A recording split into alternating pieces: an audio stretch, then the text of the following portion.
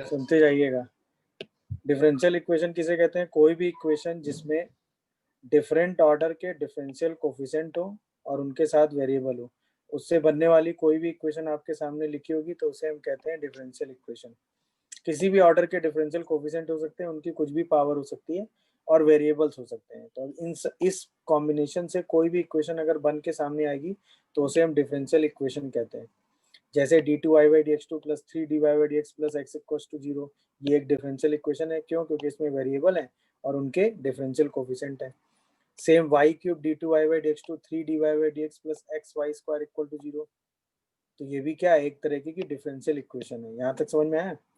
अब किसी भी डिफरेंशियल इक्वेशन में क्या होता है? उस डिफरेंशियल इक्वेशन का ऑर्डर और डिग्री होता है। ऑर्डर का मतलब होता है उस डिफरेंशियल इक्वेशन में डिफरेंट ऑर्डर के डिफरेंशियल कोफिशिएंट होंगे, उन सब में जो भी हाईएस्ट ऑर्डर का डिफरेंशियल कोफिशिएंट होगा उसे हम कहेंगे ऑर्डर।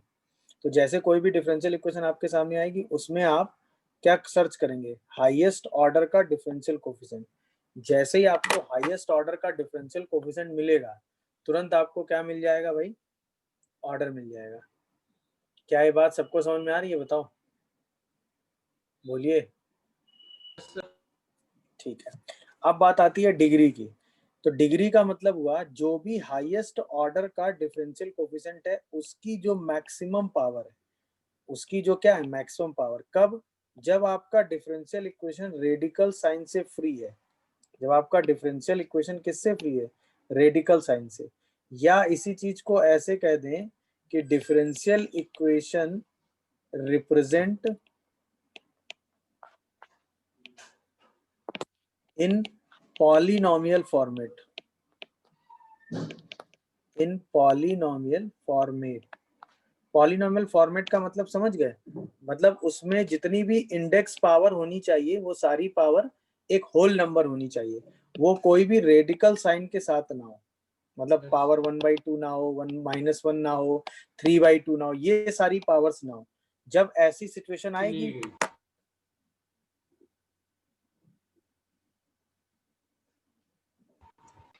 स्क्रीन नहीं आ रही।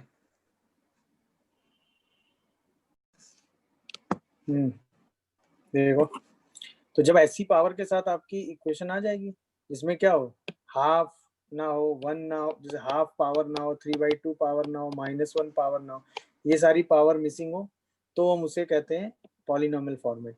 जब आपकी इक्वेशन इस पॉलिनोमियल फॉर्मेट में होगी तभी हम उसे क्या कहेंगे? डिग्री कहेंगे। तो ऑर्डर का मतलब highest order differential coefficient. Degree का मतलब पहले पॉलिनोमियल फॉर्मेट बना लो, मतलब रेडिकल से फ्री कर लो डिफरेंशियल इक्वेशन को, फिर हाईएस्ट ऑर्डर का जो भी डिफरेंशियल कोफिशिएंट है उसकी मैक्सिमम पावर देख लो, वही आपकी डिग्री हो गई। जैसे पहला क्वेश्चन देखो, differential coefficient third order, second order, fourth order, तो हाईएस्ट ऑर्डर क्या है? 4, और इसकी पावर मैक्सिमम क्या है? 1, तो इसका ऑर्डर क्या हो गया? 4, डिग्री 1। समझ में आया कि नहीं? बोलिए। सेकंड वाले में आओ, what is order and what is degree? Second वाला देखो, what is order and what is degree? इसको क्या लिखोगे भाई? dy/dx plus y। अगर इसको dy/dx की फॉर्म में लिखोगे तो पावर -1 इक्वल टू 3 आएगा। सबसे पहले पावर -1 हटाएंगे तो ये बन जाएगा dy/dx का square plus y is equal to 3 dy/dx। अब बताओ, मैक्सिमम पावर का हाईएस्ट डिफरेंशियल कोफिशिएंट फर्स्ट है तो ऑर्डर कितना हो गया? 1, और उसकी मैक्सिमम पावर कितनी है? 2 है, तो डिग्री कितनी हो गई? 2। क्या ये बात समझ में आ रही है? ये बताओ। गुड। थर्ड वाला देखो, क्या अभी इसका ऑर्डर बोल सकते हैं, डिग्री बोल सकते हैं? ऑर्डर तो 3 बोल सकते हैं क्योंकि maximum highest order differential coefficient कितना है? 3। बट क्या अभी डिग्री बता सकते हैं? नहीं, पहले हमें क्या करना पड़ेगा? बोलो। डिग्री बताने से पहले हमें क्या करना पड़ेगा? पावर क्यूब लेना पड़ेगा ना दोनों साइड। तो 1 + 3 dy/dx का square is equal to 4 cube d3y/dx3 की पावर 3। अब बताओ, ऑर्डर तो 3 हो गया और डिग्री भी कितनी हो गई? 3। समझ रहे हैं कि नहीं भाई? Degree is 3। चलिए अगले में बताइए, e की power dy/dx equal to x + 1। तो इसको हम लिख सकते हैं dy by dx is equal to ln x plus 1। लिख सकते हो कि नहीं, बोलो। अरे हाँ या ना? Yes sir. अब बताओ what is order and what is degree?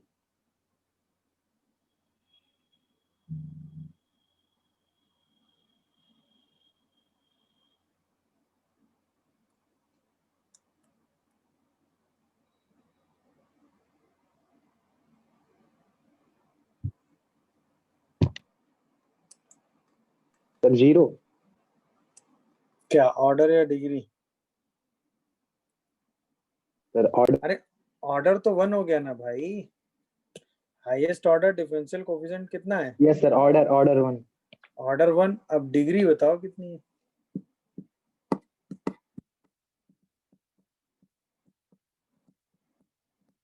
Degree बोलो कितनी है? डिग्री भी 1 है कि नहीं, बताओ। यस सर 1 लगे 1 ही है ना? अरे भाई इसमें इस डिफरेंशियल इक्वेशन की मैक्सिमम पावर कितनी है भाई? 1। सेम इसमें बताओ what is order and what is degree, बोलो। सर ये पॉलिनोमियल फॉर्म में तो है नहीं। इसमें है ना? कहाँ नहीं पॉलिनोमियल फॉर्म में, ये बताओ। पॉलिनोमियल फॉर्मेट किसका चेक करोगे? डिफरेंशियल कोफिशिएंट का ना। वो रेडिकल फ्री होना चाहिए। हाँ या ना बताओ। तो ये तो रेडिकल फ्री हो ही जाएगा ना, नहीं होगा? बस सोचो। अरे यस बताओ सर, ना, ये तो रेडिकल फ्री है ना? Yes sir, yes. नहीं है क्या, ये बताओ। है? समझ गए कि नहीं, नहीं समझे अभी? समझ गया सर, समझ गया। गुड। इसका बताओ। दोनों 1 हो गए, ऑर्डर डिग्री। सर दोनों 1 हो ऑर्डर भी गए। 1, डिग्री 1। क्यों? क्योंकि इसको आप क्या लिख सकते हो? dy by dx is equal to sine of 2x plus 3। तो ऑर्डर भी 1, डिग्री भी 1। गुड। चलो एक और बताओ। ln of 1 plus dy by dx, ठीक है, is equal to d2y by dx2। What is order and what is degree?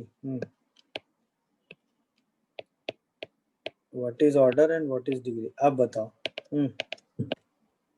What is order? Highest order differential coefficient कितना है? 2 है। 2 है। What is degree? एग्जिस्ट नहीं करेगी। डिग्री इसमें exist नहीं करेगी। Not defined. यस हाँ। क्यों डिफाइन नहीं है, बताओ। ई पे पावर चढ़ गया d2y/dx। नॉट डिफाइंड, क्योंकि ये कभी भी रैशनल रैशनल रेडिकल फ्री नहीं हो सकता ना, पॉलिनोमियल Yes, sir. फॉर्मेट में नहीं आएगा। तो इसकी डिग्री कभी डिफाइन नहीं होगी। बट ऑर्डर 2 है। इस केस में डिग्री डिफाइन है, याद रखिएगा, क्योंकि dy by dx का रेडिकल फ्री है ना। नहीं समझे? इस केस में भी डिग्री डिफाइन है, ऑर्डर डिफाइन है। बट इस केस में कभी भी डिग्री डिफाइन नहीं है। तो अब ये ऑर्डर और डिग्री डिफाइन कर लोगे। ऑर्डर के लिए क्या करोगे? हाईएस्ट ऑर्डर का डिफरेंशियल कोएफिशिएंट देखोगे। फिर अगर आपकी इक्वेशन रेडिकल फ्री है या पॉलिनोमियल फॉर्मेट में है, तो इसके बाद हाईएस्ट ऑर्डर का जो डिफरेंशियल कोएफिशिएंट होगा उसकी मैक्सिमम पावर देख लोगे। वहां से आप ऑर्डर और डिग्री कैलकुलेट कर लोगे। क्या ये बात समझ में आ रही है भाई? सर इसके बाद सेकंड जो क्वेश्चन का सेगमेंट होता है वो होता है फॉर्मेशन ऑफ डिफरेंशियल इक्वेशन पे।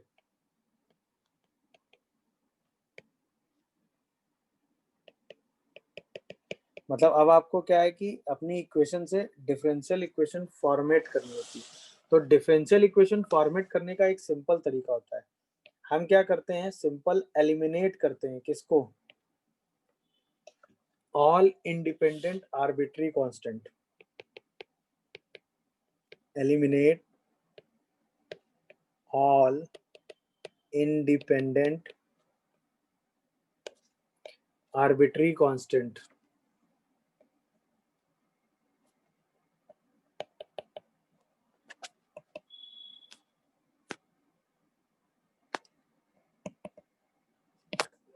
ठीक है, by using differential coefficient.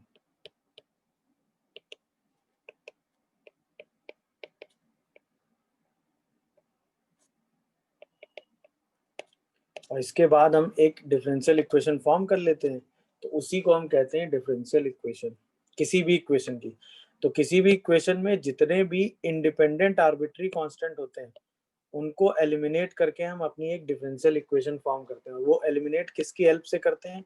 Differential coefficient की। मतलब उसको उतनी बार डिफरेंशिएट करके लिख के एलिमिनेट कर देते हैं, उससे जो इक्वेशन बन के हमारे सामने आती है उसे हम कहते हैं डिफरेंशियल इक्वेशन।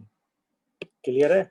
अब आपके दिमाग में तुरंत आ रहा होगा इंडिपेंडेंट आर्बिट्री कांस्टेंट से मेरा क्या मतलब है। जैसे Yes. फॉर एग्जांपल देखिए, जैसे सिंपल सी बात है, मान लो कि आपने लिखा ax plus b y plus c, तो आपको a x और y क्या दिख रहे हैं? वेरिएबल। a b c क्या दिख रहे हैं? कांस्टेंट। हाँ है ना? तो टोटल कितने आर्बिट्री कांस्टेंट है? 3 a b c। But independent arbitrary constant कितने? 2। क्यों? सोच के बताओ भाई। आप में मान लो c से हमने डिवाइड कर दिया, हमने क्या कर दिया? c से डिवाइड कर दिया, तो ये कैसा बन गया? फिक्स कांस्टेंट बन गया कि नहीं? हाँ है ना? अब ये दोनों नए कांस्टेंट मान लेते हैं, ये c1 हो गया और ये c2 हो गया। सोच के जवाब दो भाई। तो अब ये दोनों इंडिपेंडेंट आर्बिट्री कांस्टेंट आ गए कि नहीं? क्योंकि इनकी वैल्यू अब किसी और पे डिपेंड नहीं कर रही है।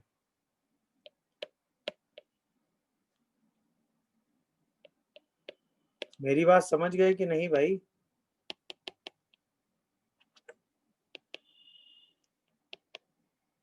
बोलिए भाई।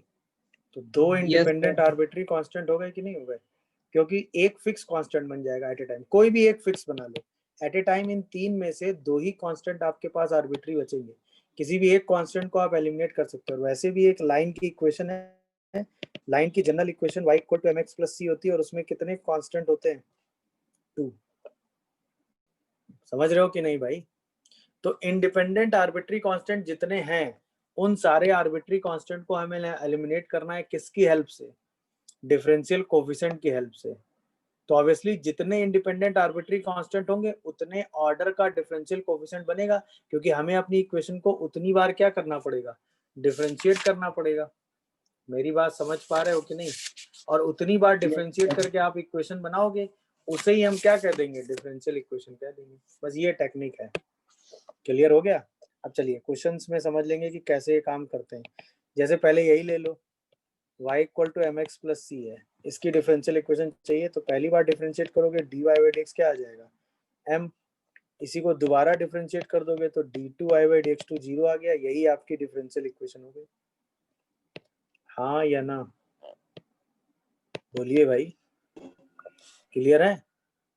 चलिए आगे बढ़ते हैं। दोनों कांस्टेंट एलिमिनेट हो गए ना, तो एक तरीका तो ये हो गया कि आप अपनी इक्वेशन को डिफरेंशिएट करते जा रहे हैं, डिफरेंशिएट करते करते सारे कांस्टेंट एलिमिनेट हो गए। अच्छा, क्योंकि दो इंडिपेंडेंट आर्बिट्री कांस्टेंट है तो मैक्सिमम कितनी बार डिफरेंशिएट कर सकते हैं? 2, क्योंकि सेकंड ऑर्डर से ऊपर का डिफरेंशियल कोफिशिएंट इसमें आ ही नहीं सकता। मेरी बात समझ में आ रही है कि नहीं? चलिए एक और देखिए। जैसे y is equal to a sine x plus b cos x, कितने इंडिपेंडेंट आर्बिट्री कांस्टेंट है? 2। कितने इंडिपेंडेंट आर्बिट्री कांस्टेंट है भाई? 2। तो कितनी बार इसको डिफरेंशिएट करना पड़ेगा? 2 बार। पहली बार डिफरेंशिएट करोगे क्या आएगा बताओ? a cos x minus b sin x। दोबारा इसी को डिफरेंशिएट करोगे d2y बाई dx2 तो क्या आ जाएगा? माइनस a sin x और माइनस का b cos x। आवाज आ रही है तो सबको? तो क्या ये माइनस y बन गया? तो d2y by dx2 plus y equal to 0, यही आपका रिक्वायर्ड आंसर हो गया। देख लो, क्या ये बात सबको समझ में आ रही है? बताओ जल्दी। Yes, sir. तो इसमें भी हम क्या करें? अपनी इक्वेशन को डिफरेंशिएट करके ले गए। कितनी बार डिफरेंशिएट कर सकते हैं? मैक्सिमम 2 बार। 2 बार डिफरेंशिएट करने के बाद वही इक्वेशन रिपीट होके आ गई, तो उसी को हमने डिफरेंशियल इक्वेशन बना दिया। यहाँ पे क्या किया? डिफरेंशिएट करते गए, सारे कांस्टेंट एलिमिनेट होके इक्वल टू 0 आ गया, तो यही डिफरेंशियल इक्वेशन हो गई। तो ये तो एक तरीका हो गया। एक तरीका तो हो गया कि इक्वेशन को डिफरेंशिएट करते हुए जाओ, तो एक समय के बाद क्या होगा? उसमें कांस्टेंट बचेगा, वही आपका आंसर में चेंज हो जाएगा। मेरी बात समझ रहे हो कि नहीं भाई? अच्छा, इसके बाद और तरीके में क्या हो सकता है? जैसे मान लो क्वेश्चन में ये दूं कि y is equal to a e की power x plus b x square, इसकी डिफरेंशियल इक्वेशन आपको बनानी है। कितने इंडिपेंडेंट आर्बिट्री कांस्टेंट हैं? 2। यानी मैक्सिमम कितनी बार डिफरेंशिएट करना है भाई? 2 बार। चलो स्टार्ट करो। पहली बार डिफरेंशिएट करोगे dy बाई dx कितना आ जाएगा, a e की पावर x प्लस 2bx। दिख रहा है कि नहीं ये बताओ, अरे बोलो। दोबारा डिफरेंशिएट करोगे तो d2y बाई dx2 कितना आ जाएगा, a e की पावर x, बोलो, plus 2b। Am I correct और नॉट? अच्छा, क्या हम इसको 2 से ज्यादा बार डिफरेंशिएट कर सकते हैं? नहीं। क्यों? क्योंकि कितने इंडिपेंडेंट आर्बिट्री कांस्टेंट है हमारे पास, 2। अब हमें इन्हीं दोनों आर्बिट्री कांस्टेंट को क्या करना है बताओ, इन्हीं दोनों आर्बिट्री कांस्टेंट को हमें क्या करना है, बोलो? एलिमिनेट करना है। कैसे एलिमिनेट करोगे सोचो भाई। सीधे सीधे ये दोनों कांस्टेंट निकाल के हम रख दें यहाँ पे, अरे हाँ या ना, बोलो। समझ पा रहे हो कि नहीं भाई? तो सबसे पहला काम क्या करो, इन दोनों इक्वेशन को ऐसे सिंपलीफाई करो, ये कांस्टेंट निकालना है। आप सोचो a निकालने से बेटर है a e की पावर x निकाल दो, और कांस्टेंट b की वैल्यू निकाल के a e की पावर x दोनों वैल्यू यहाँ रख दो, तो ये एलिमिनेट हो जाएगा कि नहीं, सोचो, बोलो भाई। a e की पावर x और b की वैल्यू dy बाई dx के टर्म में निकालो और पहली इक्वेशन में रिप्लेस कर दो, आंसर आ जाएगा। क्या है, मेरी बात समझ रहे हो, बताओ, बोलो भाई। तो दोनों इक्वेशन को हमने क्या कर दिया, सब्ट्रैक्ट कर दिया। जैसे ही सब्ट्रैक्ट करोगे तो क्या बनेगा बताओ, 2bx minus 1 equal to dy by dx minus d2y by dx2। Am I correct और नॉट? तो यहाँ से b 2b की वैल्यू कितनी आ गई, बोलो? dy by dx minus d2y by dx2 by x minus 1। Am I correct और not, बोलो? अरे हाँ या ना? यही वैल्यू उठा के अगर हम इस वाली इक्वेशन में रख दें तो a e की पावर x की वैल्यू कितनी आ जाएगी, d2y by dx2 minus dy by dx minus d2y by dx2 upon x minus 1। Am I correct और नॉट, बोलो भाई? इसी को थोड़ा सा और सिंप्लीफाई कर लो तो x into d2y by dx2 और -1 minus minus plus 1 cancel, minus dy by dx और whole divided by x minus 1। देखो क्या ये a की पावर x आ गया, अब इसकी वैल्यू आ गई, इसकी वैल्यू आ गई। ये दोनों वैल्यू उठा के कहाँ रख दो, पहली वाली ओरिजिनल इक्वेशन में रख दो। तो वहां से डिफरेंशियल इक्वेशन सॉल्व होके क्या आ गई बताओ, y equal to x into d2y by dx2 minus dy by dx, check करते जाइएगा भाई, डिवाइडेड बाई x माइनस 1 और plus x square by 2x minus 1 into dy by dx minus d2y by dx2। इसी को थोड़ा और solve कर लीजिएगा तो रिक्वायर्ड डिफरेंशियल इक्वेशन बन के आ जाएगी। क्या है, मेरी बात समझ में आई कि नहीं आई, बताइए। तो हमने क्या किया, आर्बिट्री कांस्टेंट की वैल्यू निकाल के सीधा सिंपलीफाई कर दिया। क्या ये तरीका सब लोगों को समझ में आया कि नहीं, ये बताओ। क्या ये तरीका आप लोगों को समझ में आया कि कैसे आर्बिट्री कांस्टेंट की वैल्यू निकाल के हमने चीजें एलिमिनेट कर दी, बोलो भाई। सिंपल सी बात थी, इन दोनों इक्वेशन से हमने वेरिएबल a और b निकाला। अब a निकालो या a e की पावर x, वो ज्यादा आसान पड़ेगा। और एक वेरिएबल b मान लिया हमने, तो b की जगह 2b मान लिया। तो 2b की वैल्यू पहले दोनों को सब्ट्रैक्ट करके निकाल ली, 2b की वैल्यू इक्वेशन में रख के a e की पावर x की वैल्यू निकाल ली, a e की पावर x और b को इस इक्वेशन में एलिमिनेट कर दिया। तो पूरी इक्वेशन में dy by dx, d2y by dx2 और वेरिएबल x और y आ गए। और यही तो डिफरेंशियल इक्वेशन की जनरल फॉर्मेट होती है। क्या ये बात समझ पा रहे हो कि नहीं, बोलो? Yes sir. देख लो आराम से, कोई कंफ्यूजन आ रहा हो तो बताओ। समझ गए सब लोग कि नहीं कैसे डिफरेंशियल इक्वेशन बना रहे हैं, बताओ।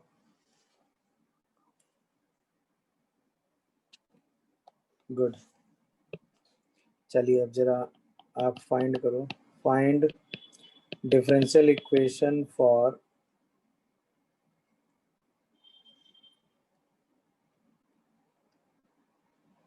Given functions. पहला y equal to mx, second y is equals to a e की power x plus b e की power minus x। Third y is equals to a e की power 2x plus b e की power 3x. Fourth ax square plus by square equal to 1. चलिए चारों cases में आपको differential equation बना के बतानी है.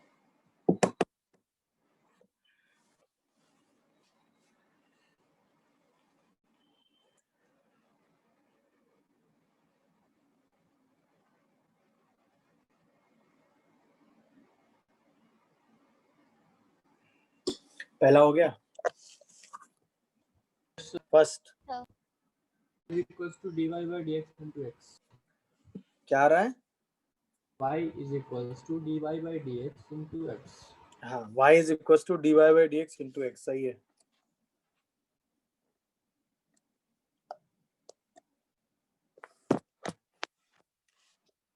सीधा एक ही आर्बिट्री कांस्टेंट है तो एक ही बार मैक्सिमम डिफरेंशिएट कर सकते हो. बस एक बार उठा के डिफरेंशिएट कर दो तो dy by dx क्या आ गया? m. यही वैल्यू पहले इक्वेशन में रख दो तो y minus dy by dx into x equal to 0. पहला आंसर तो ये आ रहा होगा, देख लो. समझ गया कि नहीं? सेकंड में कितने इंडिपेंडेंट आर्बिट्री कांस्टेंट है? 2. तो कितनी बार मैक्सिमम डिफरेंशिएट करना है? 2 बार. 2. करो जरा. पहला क्या आएगा? d2y by dx2 is equals to y. हाँ, पहला आ रहा है dy by dx is equals to a e की power x minus b e की पावर माइनस x. फिर d2y by dx2 करोगे तो ये आ जाएगा a e की power x plus b e की पावर माइनस x. तो ये तो y आ गया, यानी डिफरेंशियल इक्वेशन क्या आ गई? d2y by dx2 minus y equal to 0. y equal to y नहीं, क्या वही डिफरेंशिएट करते करते वही इक्वेशन रिपीट कर गई ना, और 2 से ज्यादा बार जा नहीं सकते. चलो थर्ड का आंसर बोलो.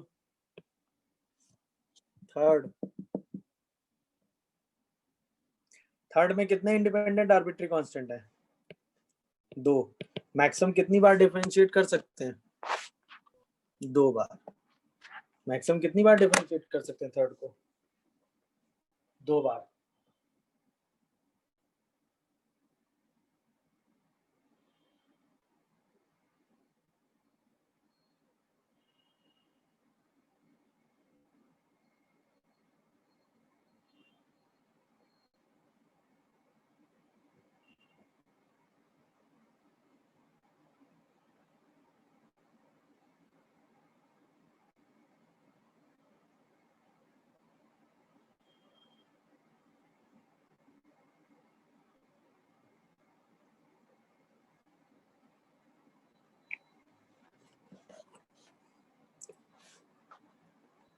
हाँ भाई, थर्ड हुआ. सॉल्व कर रहे हो क्या थर्ड? तो सॉल्व कर. मैक्सिमम कितनी बार डिफरेंशिएट करना है? 2 बार. ध्यान रखिएगा ये बात. 2 से ज्यादा बार हम डिफरेंशिएट नहीं कर सकते. 2 बार डिफरेंशिएट करके आपको अपना आंसर बताना है. तो ऑब्वियसली आपको आर्बिट्री कांस्टेंट एलिमिनेट करने पड़ेंगे, क्योंकि ना तो इक्वेशन खत्म हो रही, ना ही आर्बिट्री कांस्टेंट की वैल्यू में y मिल रहा होगा. तो आपको वो हाँ दोनों सर. इक्वेशन सॉल्व करना होगा. तो जब आपने पहली बार डिफरेंशिएट किया होगा तो dy by dx मेरे हिसाब से 2a e की power 2x plus 3b e की पावर 3x. दोबारा डिफरेंशिएट करेंगे तो d2y by dx2 क्या आ जाएगा? 4a e की पावर 2x और प्लस 9b e की पावर 3x. यही आ रहा होगा, देखो. सर. तो अब हम क्या करेंगे? इन दोनों की हेल्प से इन्हीं दोनों कांस्टेंट की वैल्यू निकाल लें. देखो a e की पावर 2x, b और b e की पावर 3x, तो काम हो जाएगा.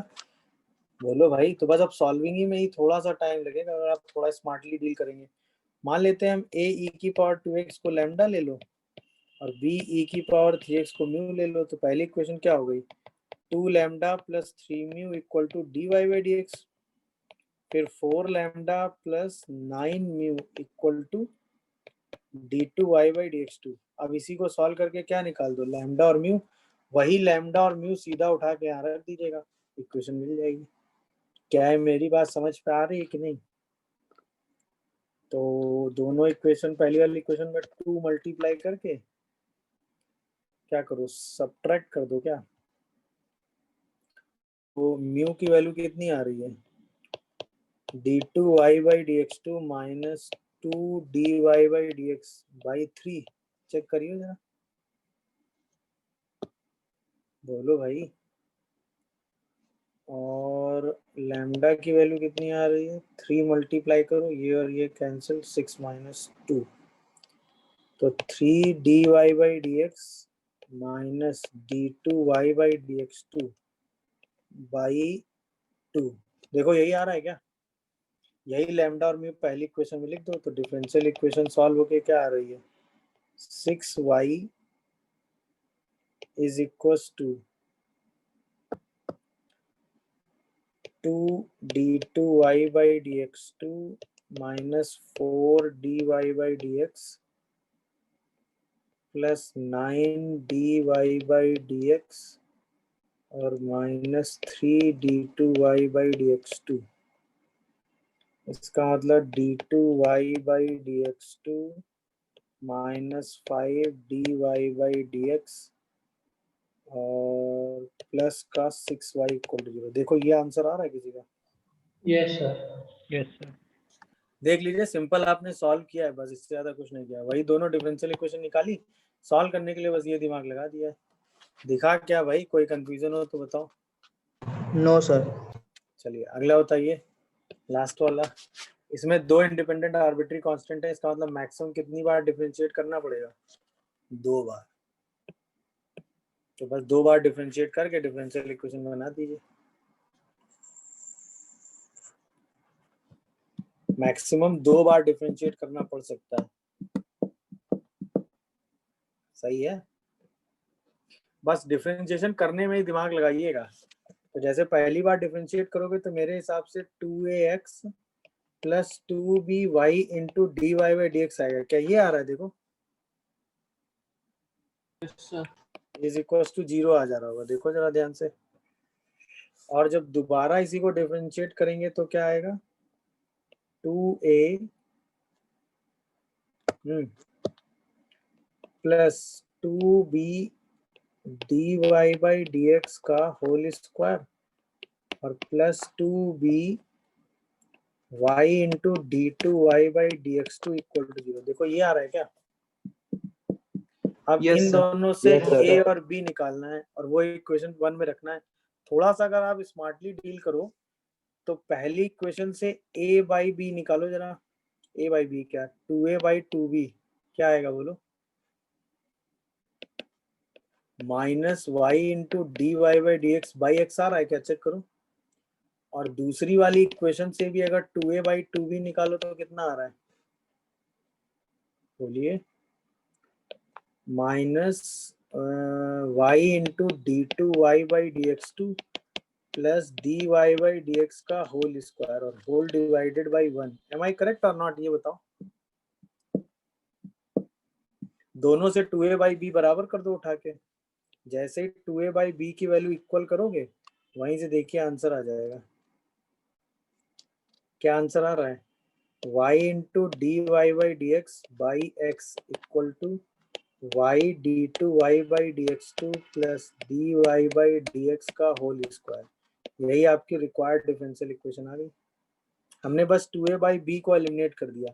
हमें अल्टीमेटली a और b तो एलिमिनेट करने थे, हाँ या ना बताओ। हमें अल्टीमेटली क्या एलिमिनेट करने थे, a और b।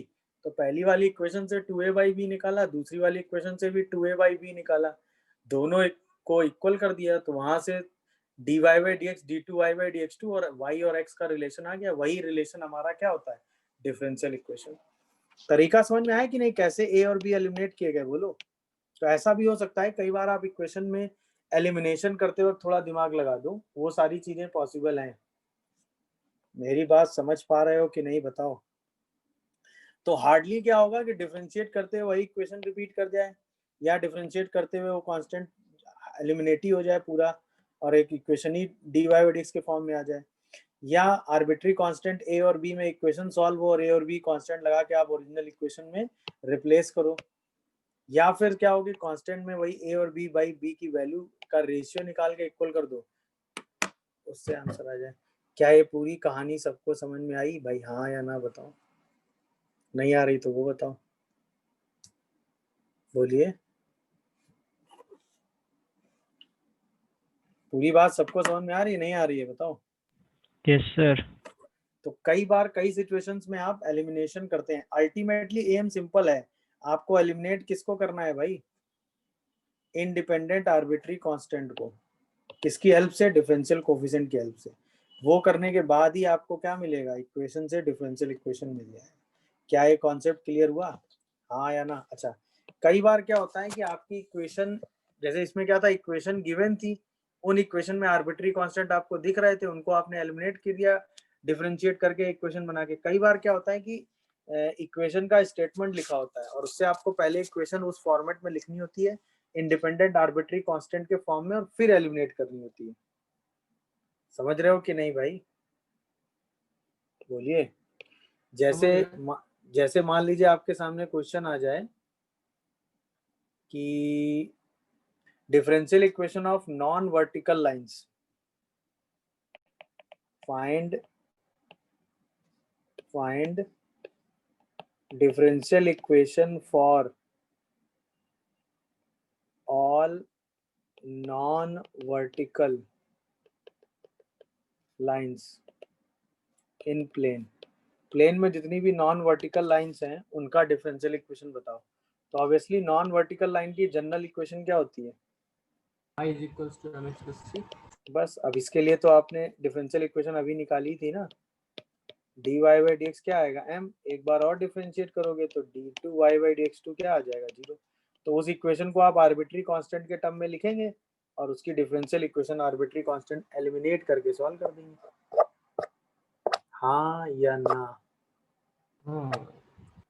बोलिए भाई, कोई कंफ्यूजन? जैसे अब क्वेश्चन आ जाए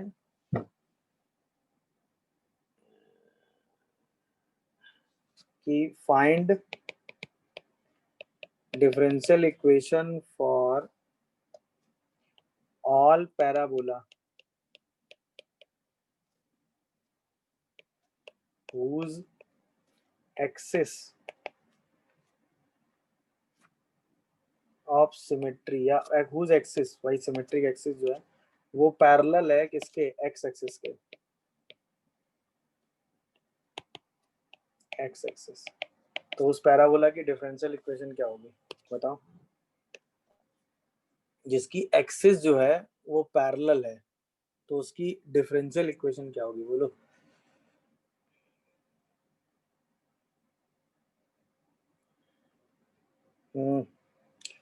पैराबोला की जो एक्सिस है वो एक्स एक्सिस के पैरेलल है, तो क्या हम पैराबोला को, बोलिए, एक्सिस जो है वो एक्स एक्सिस के पैरेलल है, तो पैराबोला क्या लिखोगे बताओ? x equal to ay square plus by plus c।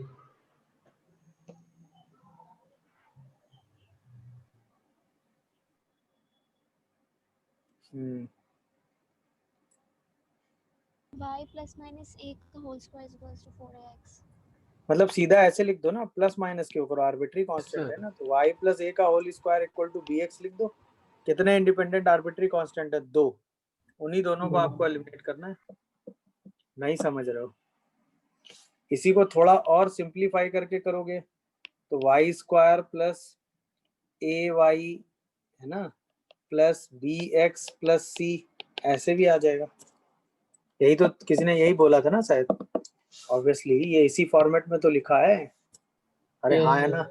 कितने इंडिपेंडेंट आर्बिट्री कांस्टेंट हैं इसमें? 2। इंडिपेंडेंट आर्बिट्री कांस्टेंट कितने? 2। अरे बताओ यार। भाई ये तो सी कांस्टेंट है, वो तो एडजस्टमेंट में ही है ना। इंडिपेंडेंट आर सी कांस्टेंट को तो हम एडजस्ट करके भी लिख सकते हैं ना। अरे हाँ है ना? कितने इंडिपेंडेंट आर्बिट्री कांस्टेंट है? 2 ही तो दिख रहे हैं। सी कांस्टेंट तो अल्टीमेटली एडजस्ट हो ही जाएगा ना हर बार।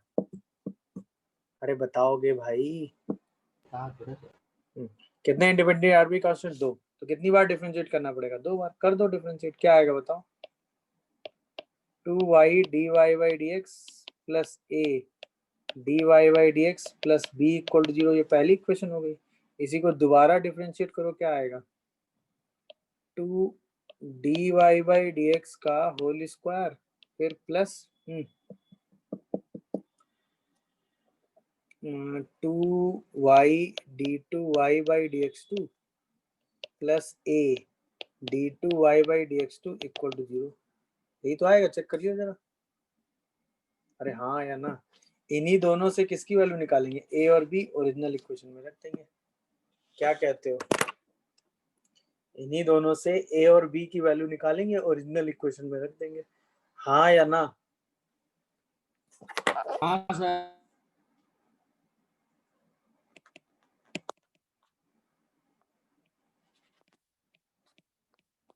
अरे बोलो भाई, समझ गए कि नहीं?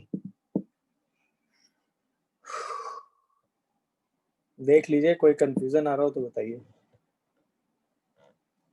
अच्छा, एक बार डिफरेंशियल इक्वेशन आपने फॉर्म कर ली, सही है, तो वो डिफरेंशियल इक्वेशन देखकर आप उसकी ऑर्डर और डिग्री बता सकते हैं कि नहीं?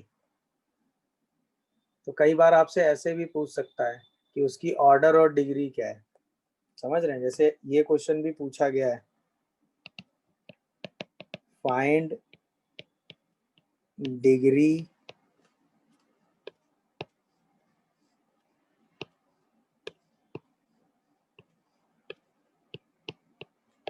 of differential equation formed by equation y square equal to 2c x plus root c। बताओ, c is arbitrary constant। इससे जो डिफरेंशियल इक्वेशन बनेगी उसका ऑर्डर क्या, उसकी डिग्री क्या होगी? तो सबसे पहले डिफरेंशियल, कितने इंडिपेंडेंट आर्बिट्री कांस्टेंट है इसमें? एक ही दिख रहा है भाई। तो इसका मतलब y square equal to 2cx plus 2c की पावर 3/2 हो गया। इसी को डिफरेंशिएट करो तो 2y dy by dx कितना आ जाएगा? 2c। 2 से 2 कैंसिल, मेरे के ऊपर डाल c की देंगे। वैल्यू रख देंगे। तो y square is equal to 2x 2y dy by y dy by dx plus 2 y dy by dx की पावर 3/2। तो यानी कि y square minus 2x y dy by dx का होल स्क्वायर। ये क्या आ जाएगा? डिग्री से 3 आएगी सर डिग्री। हाँ, 4 into y d y by d x का होल क्यूब। ऑर्डर तो इसका 1 है, अगर कोई ऑर्डर पूछ लेता, और डिग्री 3 है, क्योंकि maximum power, highest power of maximum order differential coefficient 3 बन रहा है। समझ आया कि नहीं ये बताओ? क्लियर हुआ कि नहीं भाई? तो इसकी डिग्री कितनी होगी? 3। तो अब कैसी भी डिफरेंशियल इक्वेशन आपके सामने दी जाएगी, लैंग्वेज में आप उस डिफरेंशियल इक्वेशन को लिखेंगे और सीधा सिंपलीफाई करके सॉल्व करके आर्बिट्री कांस्टेंट एलिमिनेट करेंगे बाय यूजिंग डिफरेंशियल कोएफिशिएंट, और डिफरेंशियल इक्वेशन बन के आपके सामने आ जाएगी। हाँ या ना?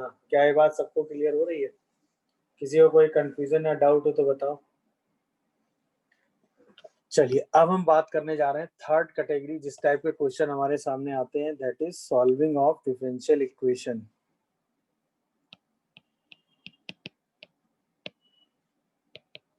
सॉल्विंग ऑफ डिफरेंशियल इक्वेशन, तो उसमें जो सबसे इंपॉर्टेंट मेथड है, दैट इज, जिसके क्वेश्चन सबसे ज्यादा आते हैं, दैट इज वेरिएबल्स,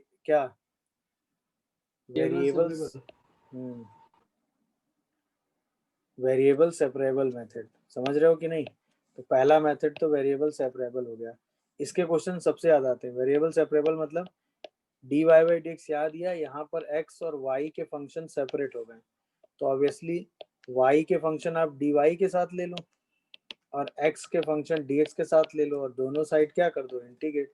इंटीग्रेट करके आप क्या निकाल लो? सॉल्यूशन क्या? Of differential equation. मतलब x और y के वेरिएबल आपस में क्या कर दो? सेपरेट कर दो। मेरी बात समझ रहे हो कि नहीं भाई? x और y के वेरिएबल आप आपस में क्या कर दो? सेपरेट। सेपरेट करने के बाद उनको क्या कर दो? इंटीग्रेट। मेरी बात समझ में आ गई कि नहीं आ गई भाई? ये कौन सा मेथड हो गया? ये हो गया वेरिएबल सेपरेबल मेथड।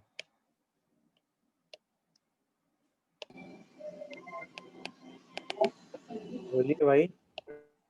सर तो बस वेरिएबल को सेपरेट कर दो, सीधा सॉल्व कर दो, आंसर आ जाएगा।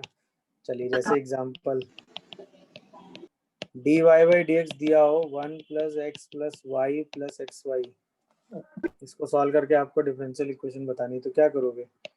सीधा इसको लिखेंगे dy बाई dx, ये बन जाएगा 1 प्लस एक्स, ये बन जाएगा 1 प्लस वाई। समझ रहे हो कि नहीं? अब सेपरेट कर दो तो dy अपॉन 1 प्लस वाई आएगा और 1 plus x into d x आएगा। दोनों साइड हम इंटीग्रेट कर देंगे तो ये बन जाएगा ln 1 प्लस वाई, ये बन जाएगा x square by 2 plus x plus c. दिख रहा है कि नहीं भाई? तो यहाँ से 1 प्लस वाई और इसको लोगे तो e to the power x square by 2 plus x plus c, तो ई टू दी पावर सी, उसको एक नया कांस्टेंट बना दो ए, तो यहाँ से y क्या आ जाएगा? ए ई की power x square by 2 plus x minus 1। ये आपकी इक्वेशन आ गई सॉल्व होकर। दिखा क्या वेरिएबल सेपरेबल? ए निकालने के लिए क्वेश्चन में कोई कंडीशन दी होगी, ये जनरल सोल्यूशन आया है। ए निकालेंगे, अगर किसी इंस्टेंट पर वैल्यू दी हुई है तो ए निकल आएगा, उसे हम कहते हैं इंस्टेंटेनियस सोल्यूशन।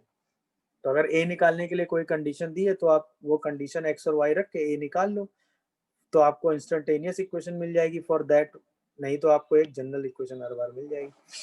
तरीका समझ में आया कि नहीं बोलो? वेरिएबल आपने सेपरेट किए, पूरी इक्वेशन सॉल्व कर ली। क्लियर हुआ भाई? तो सबसे ज्यादा पूछे जाने वाली यही दो है, वेरिएबल और लीनियर। तो वेरिएबल सेपरेशन सबसे पहले देखते हैं। ई की पावर एक्स माइनस वाई, क्या करोगे बताओ?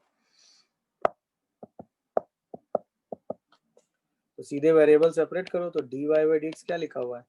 ई की पावर एक्स ई की पावर वाई, इसका मतलब ई की power y d y equal to e की पावर एक्स डी एक्स, दोनों साइड इंटीग्रेट कर दो तो ई की power y equal to e की power x plus some constant c आ रहा है। तो यहाँ से y कितना आ जाएगा? ln e की पावर x प्लस सी। चेक करियो क्या सही है? बोलिए भाई, नहीं समझ में आ रहा?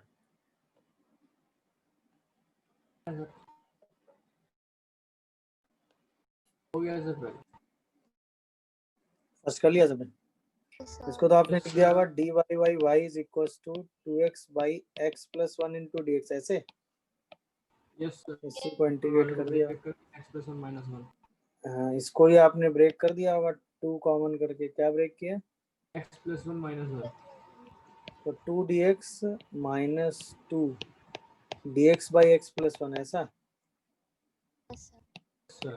और फिर सीधा सॉल्व कर दिया होगा तो ये तो ln y आ गया होगा, ये 2x आ गया होगा, ये 2 Yes, sir. ln Minus x plus ln 1 आ x गया। plus- Yes, sir. सही है ना? अच्छा आप देखिए, इसमें अगर आपको इक्वेशन की फॉर्म लिखनी थी तो जो वेरिएबल कांस्टेंट है ना भाई, इसको आप ऐसे लिख देते ln y plus ln of x plus 1 का होल स्क्वायर। दिख रहा है कि नहीं?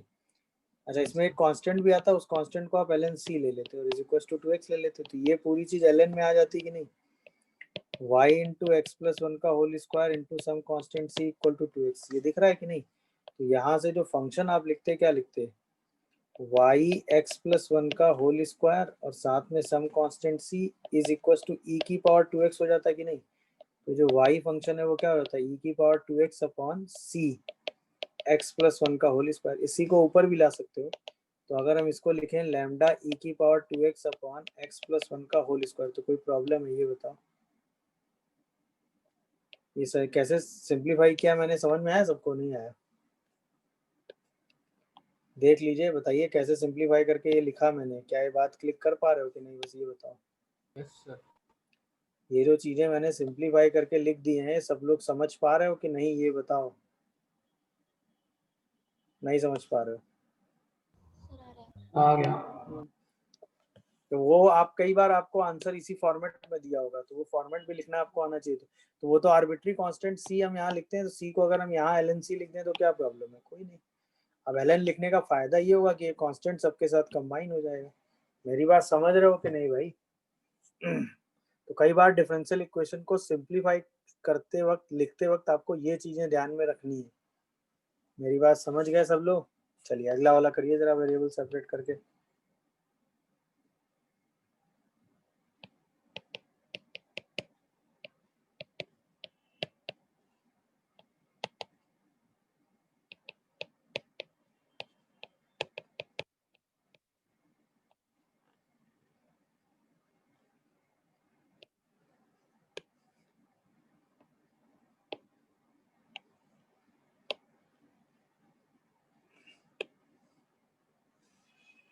सेकंड वाला बताइए भाई, वेरिएबल सेपरेट हुआ कि नहीं? नहीं हो रहा क्या? हो गया। हो रहा, इजी है। हो गया सर।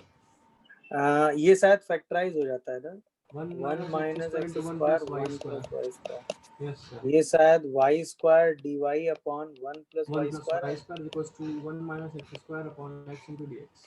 एक मिनट, अब तो दोनों साइड इंटीग्रेशन हो जाएगा आराम से। Yes sir. इसमें ये plus शायद minus इंटीग्रेशन हो y जाएगा minus डी 10 वाई माइनस का d y minus d y upon 1 plus y square आ जाएगा, Yes sir. और ये आ जाएगा d x by x minus x d x. Yes अरे sir. हाँ है ना, Yes sir. ये शायद आ जाएगा y y minus minus y tan inverse y is equal to ln x minus ln x minus x square by 2 plus c। plus c. Yes sir. ये वो इक्वेशन आ रही है, देखो इसमें आप y in terms of x नहीं निकाल पाएंगे क्योंकि वेरिएबल सेपरेट नहीं होंगे। समझ गए कि नहीं भाई? बोलिए।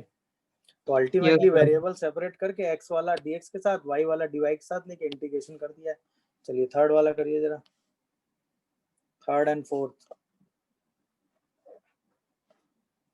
फोर्थ। इसमें भी आपको वेरिएबल ही सेपरेट करने हैं।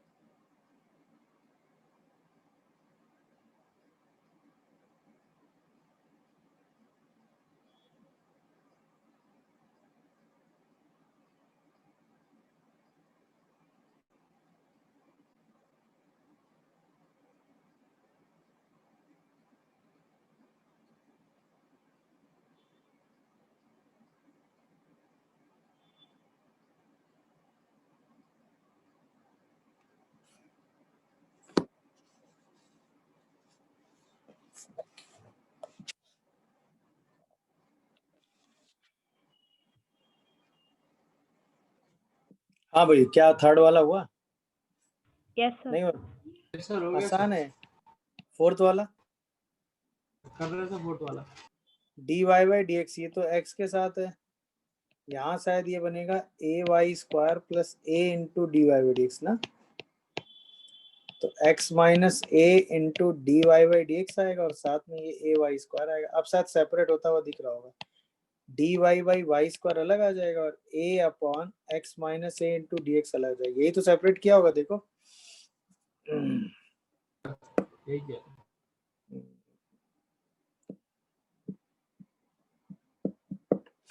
तो ये वाला इंटीग्रेशन तो माइनस 1 बाई बी आ जाएगा और ये शायद आ जाएगा a l n mod of x minus a. अच्छा, इसमें क्या करना, some constant l n c ले लेना, तो माइनस 1 अपॉन वाई की वैल्यू क्या आ जाएगी, l n x minus a की पावर ए और साथ में सम कांस्टेंट सी आ जाएगा। तो वाई फंक्शन क्या निकल के आ जाएगा, minus 1 upon l n c x minus a की पावर ए। देख लीजिएगा, मतलब जरूरत पड़ेगी तो, वरना वहां पे भी छोड़ सकते हो, बाकी तो फिर आंसर जिस फॉर्म में दिया उस फॉर्म में लिखोगे। समझ गए कि नहीं भाई? गुड। चलो ये वाला सेपरेट करो, फोर्थ वाला। हो गया। हो गया। इसमें शायद tan y इधर चला जाएगा ना, तो इसको जब सेपरेट किया होगा तो ये शायद आ रहा होगा 3e की पावर x अपॉन e की पावर x माइनस 1, ये dx के साथ आ जाएगा, और sec square y upon tan y ये dy के साथ आ जाएगा। ऐसा ही हो रहा है क्या? देखो तो शायद ये 3 ln e की पावर x माइनस 1 आ जाता है और ये शायद ln tan y आ जाता है क्या? तो इसमें वही सम कांस्टेंट ln c ले लो, बोलो। तो e की पावर x माइनस 1 का whole cube equal to c tan y आ रहा है, तो tan y की वैल्यू जो है वो e की पावर x माइनस 1 का होल क्यूब अपॉन c आ रही है। ये देखो ये आ रहा फंक्शन, क्या यही आंसर आ रहा? नहीं, बोलिए भाई, क्या यही आंसर आ रहा है? Yes sir. Yes, sir. आप यहाँ पे भी छोड़ सकते हो, वो तो फिर सिचुएशनली जैसा फंक्शन दिया होगा उसके हिसाब से हमें कैलकुलेशन आना चाहिए।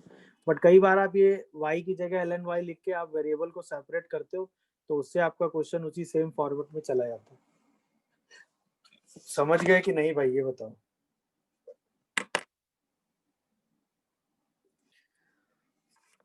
ये वेरिएबल सेपरेशन समझ में आया सबको कि नहीं, बोलो अरे हाँ या ना।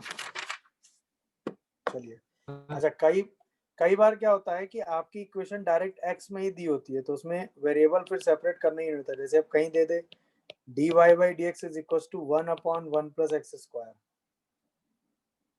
सही है ना।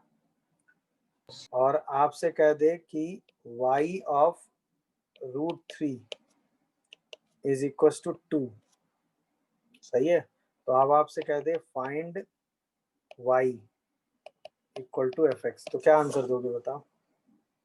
अब इसको सीधा सॉल्व करोगे तो dy is equal to 1/1 plus x square into d x कर लेंगे, बोलिए। तो यहाँ से जैसे इंटीग्रेट करोगे तो y की वैल्यू क्या आ जाएगी, tan inverse x plus some constant c। अब आपको दिया है कि जब x की वैल्यू √3 ले रहे हैं तो y कितना है 2, ये उठा के यहाँ रख दो। तो 2 is equal to tan inverse √3 plus c आएगा। तो यहाँ से c की वैल्यू कितनी आ जाएगी 2 माइनस 5/3। तो जो y फंक्शन है वो कितना आ जाएगा बताओ, tan inverse x plus 2 minus 5/3। क्या ये बात सबको समझ में आ रही है, ये बताओ, बोलिए क्या ये Yes, बात sir. तो ये तो नॉर्मल वही इंटीग्रेशन हो गया सीधे सीधे dy और y के टर्म में। बट कई बार आपको चीजें ऐसे दी जाती हैं जिसकी हेल्प से आप ये काम करके अपने फंक्शन को सिंप्लीफाई करके कैलकुलेट करते हैं। क्या ये बात सबको समझ में आ रही है भाई, बताओ, बोलिए। अब जैसे यही क्वेश्चन आपसे ऐसे पूछ लिया गया कि d2y by dx2 is equal to e की पावर x प्लस x, सही है ना। Find y is equals to fx if dy by dx at x is equals to 1, ये आपको दिया हुआ है e, एंड f ऑफ 0 की वैल्यू आपको दी हुई है 5, बताओ। तो अब इसमें आप क्या लिखोगे, इसको तो वही लिखोगे d of dx of dy by dx। मेरी बात समझ रहे हो कि नहीं, इज इक्वल टू e की पावर x प्लस x, यानी कि पहला क्या हुआ dy by dx is equal to e की पावर x इंटू dx, यही तो इंटीग्रेशन हुआ, बोलो। अब जब पहला इंटीग्रेशन करोगे तो यहाँ dy by dx आ जाएगा ना, e की power x plus x square by 2 plus some constant c, हाँ या ना। अब आपको कहा गया at x is equal to 1, dy by dx की वैल्यू कितनी दे रखी है बताओ, e या f dash 1 equal to e भी बोल सकते हैं इसको। इसी चीज को ऐसे भी दिया जा सकता है कि f डैश 1 की वैल्यू कितनी है e, तो बात सेम ही हो गई है। मेरी बात समझ रहे हो कि नहीं भाई। जैसे आप ये वैल्यू उठा के यहाँ रखेंगे तो e is equal to e plus 1/2 plus c, तो क्या c की वैल्यू -1/2 आ जाएगी, हाँ या ना बताओ। तो इसका मतलब dy बाई dx हमारे सामने कितना आ गया, e की power x plus x square by 2 -1/2। दिख रहा है सबको कि नहीं, बताओ, बोलिए भाई। Yes, sir. यहाँ से फिर से आप इसको इंटीग्रेट कर दोगे तो e की power x plus x square by 2 -1/2 into d x, फिर से सॉल्व कर दो। अब y कितना आ जाएगा बताओ, e की power x plus x cube by 6 क्या माइनस एक्स बाई 2 प्लस नया कांस्टेंट c1 आ गया। अब जो है क्या दिया हुआ था, at x is equal to 0, y कितना दिया हुआ है 5, ये उठा के यहाँ और रख दो। तो c1 की वैल्यू सीधे सीधे 4 आ जाएगी। तो यानी कि जो function y equal to f x आ रहा है e की power x plus x cube by 6 minus x by 2 और साथ में प्लस 4 आ जाएगा। दिख रहा है कि नहीं भाई, ये बताओ। तो कई बार आपको ऐसी भी चीजें दी जा सकती हैं, फिर इस फंक्शन को कहीं यूज करा के एरिया कुछ भी पूछ सकता है, तो वो चीजें आप सिंप्लीफाई करके सॉल्व कर लेंगे। तो या वेरिएबल एंड सेपरेशन वाला मेथड हो गया कि वेरिएबल को सेपरेट करके आप सॉल्व कर सकते हैं। दूसरा, अगर वो एक्स के टर्म में ही पूरा पूरा फंक्शन दिया है तो अल्टीमेटली वेरिएबल सेपरेशन ही आप कर रहे हैं, उसको सेपरेट करके भी आप सॉल्व करके लिख सकते हैं। क्या ये बात मेरी समझ में आई सबको कि नहीं, बोलो। Yes sir. कोई कंफ्यूजन या कोई डाउट हो तो बताइए। अच्छा, अब जो हम तीसरे टाइप की सिचुएशन जिस पर क्वेश्चन बनते हैं वो ये है कि आपकी जो डिफरेंशियल इक्वेशन है वो अभी डायरेक्ट वेरिएबल सेपरेशन फॉर्म में नहीं दी है, बट उसमें कुछ सब्स्टिट्यूशन लगाएंगे तो वो आपकी इक्वेशन वेरिएबल सेपरेशन फॉर्म में रिड्यूस हो जाएगी। सही है ना?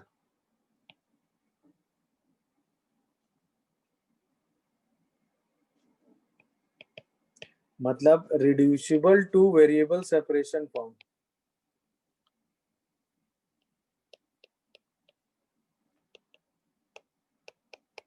तो उसमें जो सबसे स्टैंडर्ड है वो ये है कि जैसे dy बाई dx जो है वो किसी लीनियर फैक्टर के टर्म में दिया हुआ है, ये वाली फॉर्म है, तो आप तुरंत इस ax plus b y plus c को ही कोई वेरिएबल t मान लेंगे। मेरी बात समझ में आ रही है? तो इसका मतलब a plus b into d y by d x is equal to d t by d x आ जाएगा।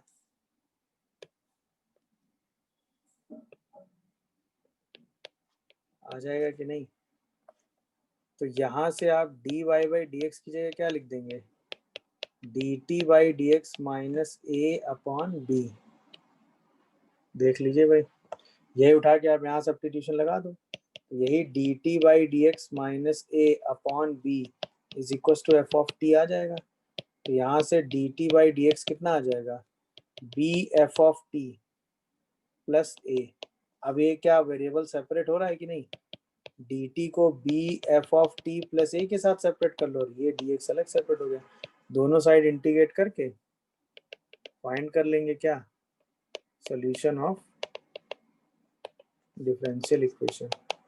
मेरी बात समझे कि नहीं बताओ, हाँ या ना?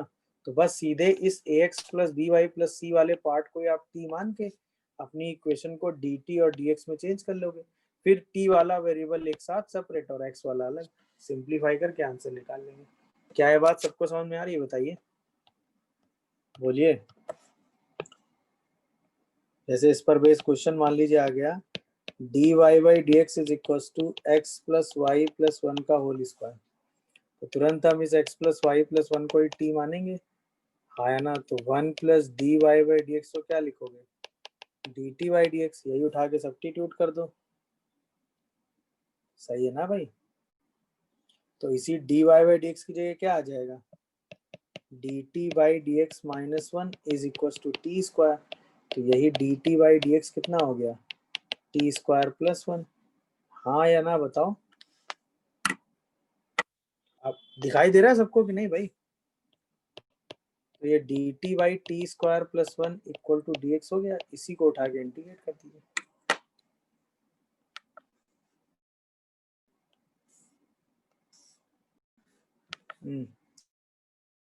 बस इसी को आप सेपरेट कर लीजिए, अब तो सॉल्व हो जाएगा ना। तो शायद ये आ जाता है tan inverse t is equal to x plus some constant c। बाद में इसी t को क्या रख देंगे, x plus y plus one is equal to x plus c. ये आपका सोल्यूशन हो गया। और सॉल्व करना होगा तो इसको और सॉल्व कर लीजिए। मेरी बात समझ पा रहे हो कि नहीं भाई, बताओ, बोलिए। कोई कंफ्यूजन या डाउट हो तो बताइए।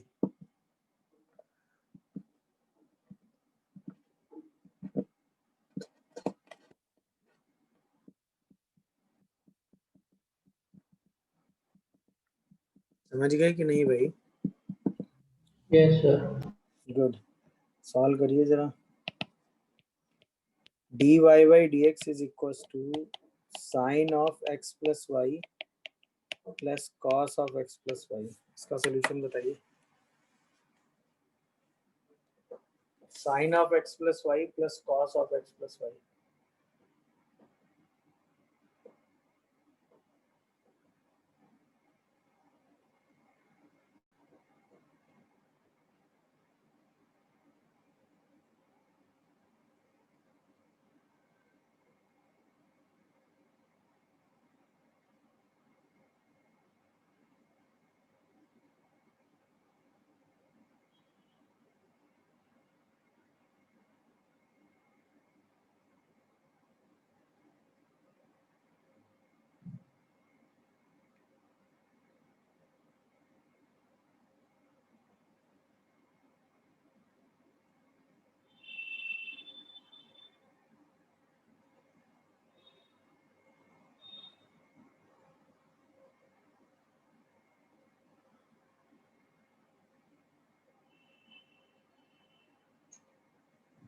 हो गया।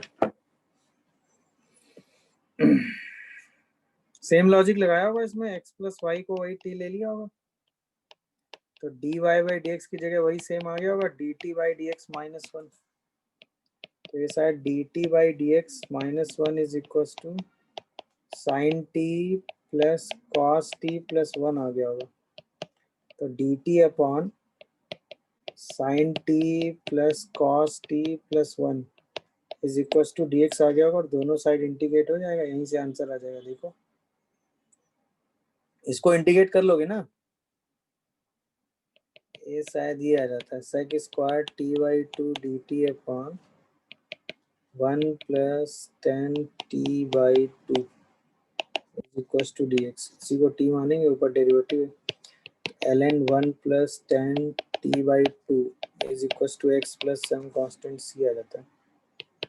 तो शायद one plus tan t by two is equal to e की पावर, तो वही ए ई की पावर एक्स आ जाता है।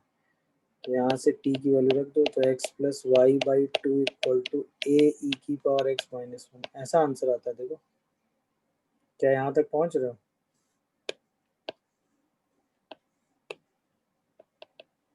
देखिए कोई कंफ्यूजन आ रहा हो तो बताओ। बस ये इंटीग्रेशन सॉल्व करना था, वही साइन, ये sine t plus cos t plus one का इंटीग्रेशन समझ में आया कि नहीं? कैसे कर दिया? यस भाई सर।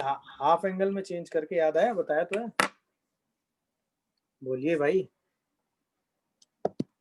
देख लीजिए कोई कंफ्यूजन आ रहा हो तो बताइए। समझ गए कि नहीं भाई?